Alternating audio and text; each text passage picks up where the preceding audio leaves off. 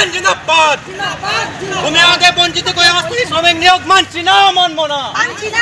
ভূমি আগে বঞ্চিতের আগে অস্থায়ী শ্রমিক নিয়োগ মানছি না, মানবো না।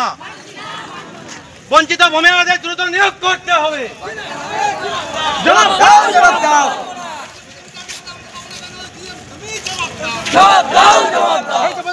আমরা পাবো না কেন জিএম, তুমি জবাব দাও। জবাব চাই, জবাব দাও।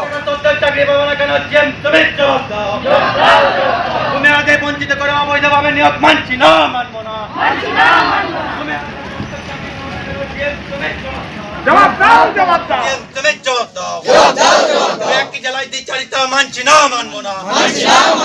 নোটিফিকেশন থাকা সত্ত্বেও চাকরি পাবো না কেন জিএম, তুমি জবাব দাও।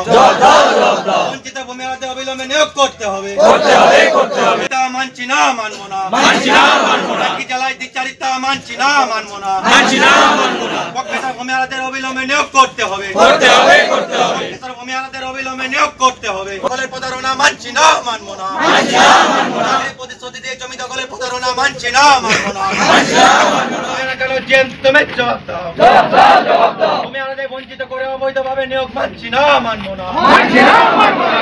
ভূমি আলাদের বঞ্চিতকে অস্থায়ী শ্রমিক নিয়োগ মানছি না, মানবো না। ভূমি আলাদের বঞ্চিতকে অস্থায়ী শ্রমিক নিয়োগ মানছি না, মানবো না। ভূমি আলাদের দ্রুত নিয়োগ করতে হবে। ভূমি আলাদের অবিলম্বে নিয়োগ করতে হবে। ভূমি আলাদের অবিলম্বে নিয়োগ করতে হবে। ভূমি আলাদের অবিলম্বে নিয়োগ করতে হবে। ভূমি আলাদের বঞ্চিত করে অবৈধভাবে নিয়োগ মানছি না, মানবো না। ভূমি আলাদের বঞ্চিত করে অবৈধভাবে নিয়োগ মানছি না, মানবো না।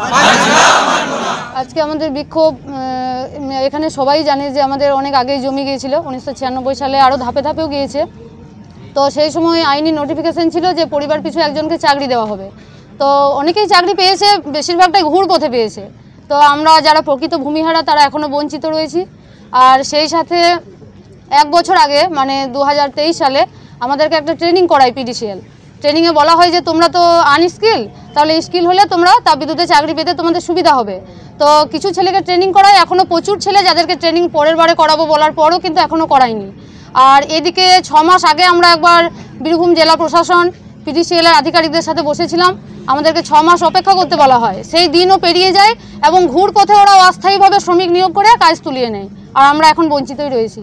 এখন আমরা চাইছি যে একটা যেখানেই আমরা যাই বলে একটা জট আছে, কিন্তু সেই জট কোথায়, আমরা সেখানেই যাব এবং জট খুলতে হবে এবং প্রকৃত ভূমিহারাদের নিয়োগ করতে হবে, এটাই আমরা চাইছি। যদি নিয়োগ না হয় তাহলে আগামী দিনে কি পরিকল্পনা? নিয়োগ না হলে আমরা এখানেই আমরণ মানে চলবে, লাগাতার আন্দোলন আমাদের এখানে চলবে। আমার নাম মণিমালা মণ্ডল। আপনারা জানেন যে দীর্ঘ 25 বছর আগে আমাদের পিডিসিএল করার জন্য আমাদের কাছ থেকে জমি নেওয়া হয়েছিল। সেখানে প্রতিশ্রুতি ছিল যে পরিবার পেছু একজন চাকরি, সেটা তো বাস্তবে তো এখনও হয়নি। অপরন্তু আমরা দেখছি যে অবৈধভাবে নিয়োগ বা নানা রকমভাবে যে আশ্বাস, কোনো রকম মানে সেটা হচ্ছে না। বারবার আশ্বাস দিচ্ছে যে কিছুদিন পর নিয়োগ প্রক্রিয়া শুরু হবে বা বিভিন্নভাবে আমাদেরকে আশ্বাস দেয়, কোনো রকম না। এইভাবে দীর্ঘ 25 বছর পেরিয়ে যায়। আজ আমরা বিক্ষোভ মানে করতে বাধ্য হয়েছি অনির্দিষ্টকালের, যে কোনো রকম যাতে কোনো সুরাহা হয়। এটার মানে দীর্ঘ 25 বছর এইভাবে পেরিয়ে গেল। বাপ কাকারা আমাদের আন্দোলন করেছে, এখন আমরা করছি, আমাদেরও দেয়ালে পিঠ থেকে গিয়েছে। আর প্রত্যেকবার আশ্বাস, এই আশ্বাসে আমাদের আর বিশ্বাস নেই, তাই আমাদের এই আন্দোলন। আমরা ল্যান্ড লোজার আছি মোটামুটি, অ্যাকচুয়াল প্রকৃত ল্যান্ড লোজার মোটামুটি 300+। আমরা চাইছি এর একটা বিহিত হোক, মানে যে জট আছে সেই জটটা খুলুক আর নিয়োগ প্রক্রিয়া শুরু হোক ভূমিহারাদের নিয়ে। ভূমিহারারা যাতে বঞ্চিত না হয়। নিয়োগ হচ্ছে না, এখানে অনেক রকম আছে, বিভিন্ন ধাপে ধাপে বিভিন্ন রকম আমরা শুনতে পাই।